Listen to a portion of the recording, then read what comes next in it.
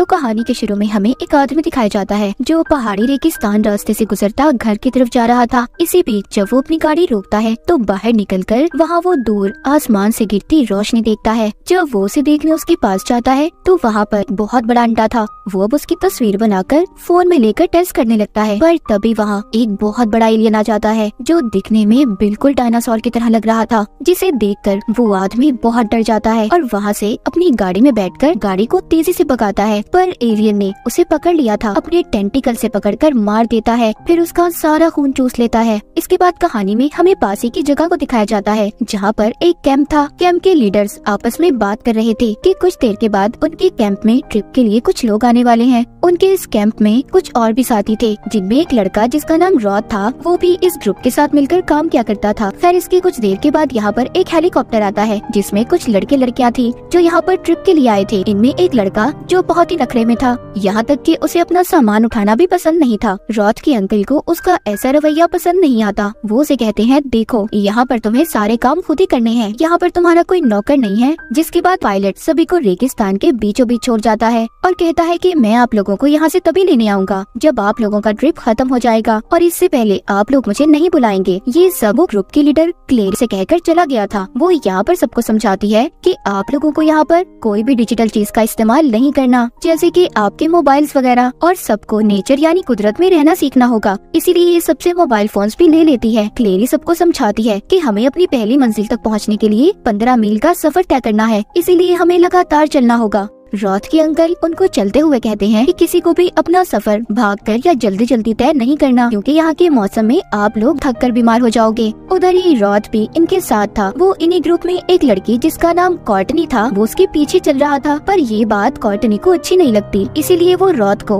उससे आगे चलने का कहती है। चलते चलते इन सबको शाम हो गई थी। ये सभी रास्ते में टेंट लगाते हैं और सो जाते हैं। तभी रात को रॉड के अंकल को सोते हुए किसी किस्म की आवाज आ रही थी। जब वो अपने टेंट से बाहर निकलकर देखते हैं तो वहाँ पर जंगली घोड़ों का झुंड था जो भागकर इनकी तरफ आ रहा था। ये जल्दी से सबको टेंट से बाहर निकलने का कहते हैं। सब टेंट से बाहर आ गए थे, पर रॉड देखता है कि कॉर्टनी अभी भी अपने टेंट में ही फंसी हुई थी। वो जाकर उसकी मदद करता है और उसे बचा लेता है। ग्रुप का एक लड़का क्लेरी से कहता है कि हम यहाँ पर घोड़ों के हमले से मर भी सकते थे, आप लोग हमारा क्या ख्याल रख रहे हैं। मगर वो उसे शांत करती है और फिर सबको अपना सामान समेटने का कहती है। वो ये भी बताती है कि हमें जल्दी यहाँ से जाना होगा, यहाँ पर हमें खतरा है, और निकल जाते हैं। ये सभी चलते हुए काफी आगे तक आ गए थे। सब उस जगह पर पहुंच गए थे जहाँ पर आसमान से रोशनी गिरी थी, मतलब वही जगह जो हमने कहानी के शुरू में देखी थी। जब ये वहाँ जाते हैं तो वहाँ पर उस आदमी का फोन में मिलता है जिसको एलियन ने मार दिया था। वहाँ पर पड़े वो उसी अंडे को भी देखते हैं। उसे देखकर सब अपने अपने तरीके से सोचने लगे थे। तभी वहीं पर क्लेरी और रॉड के अंकल उस जगह का मुआयना करने लगते हैं। तो वहाँ पर उन्हें उस आदमी की गाड़ी दिखाई देती है जिसको एलियन ने मार दिया था। रॉड के अंकल जब उस गाड़ी का दरवाजा खोलते हैं तो उसमें उस आदमी की लाश थी जिसमें से सारा खून गायब था। रॉड के अंकल सोचते हैं ये परेशानी बहुत बड़ी है, यहाँ पर बहुत बड़ा खतरा है, इसीलिए हमें जल्दी यहाँ से चलना होगा। पर क्लेरी उन्हें मना करती है, कहती है हम ऐसे अपने ट्रिप को बीच में खत्म करके नहीं जा सकते, क्योंकि कुछ वक्त पहले हमारा एग्रीमेंट साइन हुआ है, हम जेल में भी जा सकते हैं और हमारा टूरिस्ट गाइड का लाइसेंस भी कैंसिल हो जाएगा। ये बात सुनकर रॉड के अंकल बहुत नाराज हो जाते हैं, क्योंकि उन्हें इस बात के बारे में कुछ भी नहीं पता था। क्लेरी ये भी कहती है कि ये बात रॉड को नहीं पता चलनी चाहिए कि हमने यहाँ पर किसी आदमी की लाश को देखा है।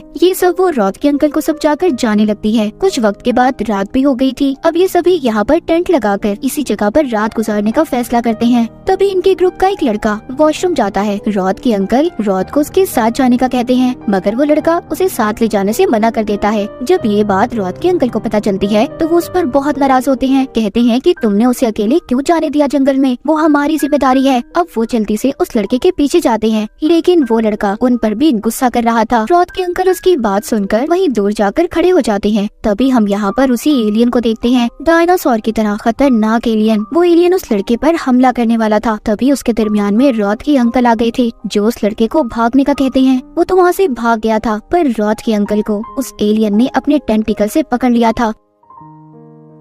जब उधर कैंप में रॉड को अपने अंकल की चीखने की आवाजें सुनाई देती हैं, तो वो भाग कर जाता है। इससे पहले वो अपने अंकल को बचा पाता, उस एलियन ने अपने टेंटिकल से उनका सारा खून चूस लिया था और उन्हें मार देता है। रॉड अपने अंकल की ऐसी हालत देखकर बहुत रोता है। वहाँ पर जितने भी लोग थे सभी परेशान हो गए थे। रॉथ सबसे कहता है फिक्र नहीं करें, एक महफूज जगह है, हम लोग वहाँ पर जाएंगे और कल सुबह हम अपने कैंप में वापस चले जाएंगे। अब रॉथ सबको लेकर एक केव गार्ड के अंदर आ गया था। कहता है ये जगह हम सबके लिए महफूज है, हमें यहाँ पर कोई खतरा नहीं है। तभी वहाँ पर एक लड़के को कुछ चिपचिपा महसूस होता है जो हर जगह पर था। रॉथ का रेडियो भी आवाज कर रहा था जो आने वाले खतरे के बारे में बता रहा था। जब ये उस जगह पर रोशनी करके देखते हैं तो वहाँ पर वो ही एलियन था। सभी अब यहाँ से भी भागते हैं, पर भागते हुए एक लड़का वहीं पर गिर गया था। रॉथ उसको बचाने जाता है लेकिन एलियन ने उसे अपने टेंटिकल से पकड़ लिया था और उसे भी मार देता है। बाहर आकर रॉथ सबको कहता है हमें जल्दी अपने मेन कैंप बेस में वापस पहुंचना होगा, हमारी जान तभी बच सकती है। अब ये चाहते हुए दोबारा से उसी एलियन के अंडे को देखते हैं और पास ही उस आदमी की गाड़ी को भी।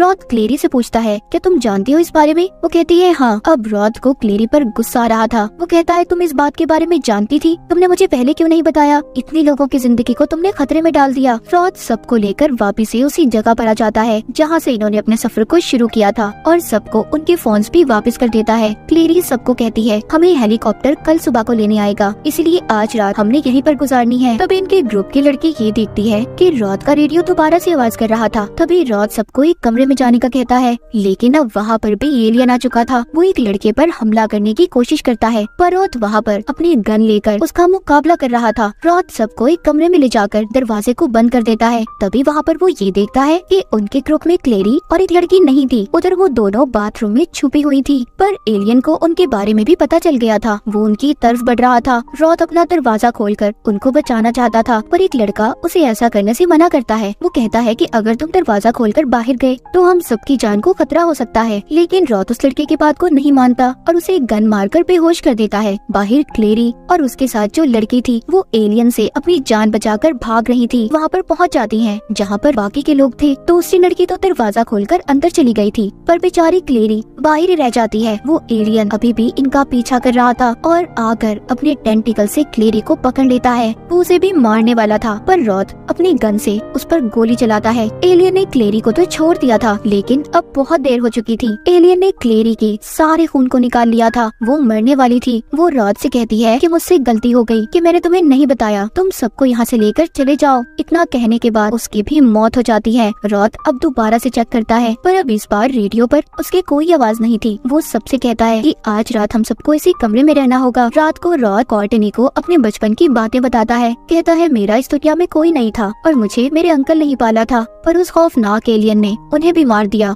सब बातें सुनकर कॉर्टनी भी उसे अपने बारे में बताती है। कहती है मेरा भी इस दुनिया में कोई नहीं है। रॉथ इसे पसंद करने लगा था। सुबह होते ही इनकी कैंप का पायलट हेलीकॉप्टर लेकर आ जाता है। रॉथ उससे कहता है हमें जल्दी यहाँ से निकलना होगा, यहाँ पर खतरा है। पर वो जाने के लिए तैयार नहीं था। वो कहता है पहले मुझे बताओ क्लेरी कहाँ पर है और तुम्हारे अंकल। वो वहाँ पर दोनों को आवाज देने लगता है पर जैसे ही वो थोड़ा सा आगे जाता है वहाँ पर वो क्लेरी की लाश को देखता है। रॉथ कहता है मैंने कहा था ना यहाँ पर खतरा है, यहाँ पर एक एलियन घूम रहा है जो सबकी जान का दुश्मन है, मैं तुम्हें इसीलिए यहाँ से जाने का कह रहा था। वो सभी अब हेलीकॉप्टर में बैठ जाते हैं और खुश थे कि वो यहाँ से जा रहे हैं पर अचानक से उनकी रेडियो पर दोबारा से आवाज होने लगती है। वो एलियन इनके हेलीकॉप्टर से लटका हुआ था।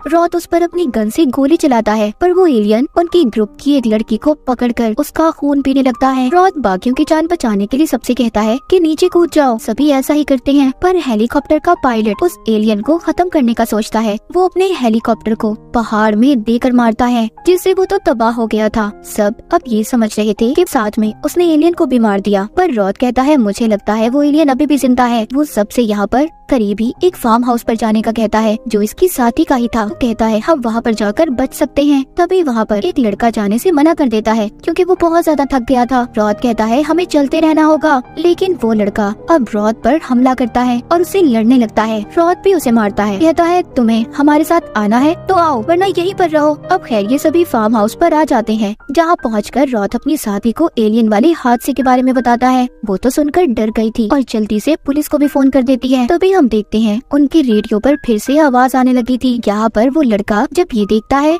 कि फिर से एलियन आने वाला है, वो जल्दी से रॉथ की साथी की गाड़ी लेकर जा रहा था, लेकिन तभी रॉथ ने उसे देख लिया था और रोकने की कोशिश करता है, पर वो लड़का उसे धक्का देकर गिरा देता है। अब नीचे गिरने की वजह से रॉथ बेहोश हो गया था। वो लड़का गाड़ी चलाता हुआ बहुत खुश था कि वो बच गया, लेकिन तभी वहाँ पर एलियन तेजी से उसकी गाड़ी को धक्का मारता है और उसे गाड़ी से निकालकर मार देता है। ये सब वहाँ पर कॉर्टनी भी देख रही थी। वो एलियन से अपनी जान बचाकर छुप जाती है। एलियन ने उसको देख लिया था, वो उसको ढूंढता हुआ उसी जगह पर आ गया था। उधर दूसरी तरफ रॉथ के साथ ही गन्स लेकर बाहर आते हैं ताकि वो एलियन को मार सकते, पर वो देखते हैं कि तब तक एलियन कॉर्टनी को अपने साथ ले जा चुका था। अब बाहर रॉथ को भी होश आ जाता है। उसका साथी उसे बताता है कि कॉर्टनी को एलियन अपने साथ ले गया है। रॉथ अब ये फैसला करता है कि वो उसे बचाकर लाएगा। उसके बाकी के दो साथी उस एलियन के लिए जाल बिछाने का प्लान बनाते हैं ताकि जैसे ही रॉथ कॉर्टनी को बचाकर लाए और एलियन अगर इनके पीछे आएगा तो वो इनके बिछाए हुए जाल में फंसकर मर जाएगा। रॉथ सारी तैयारी कर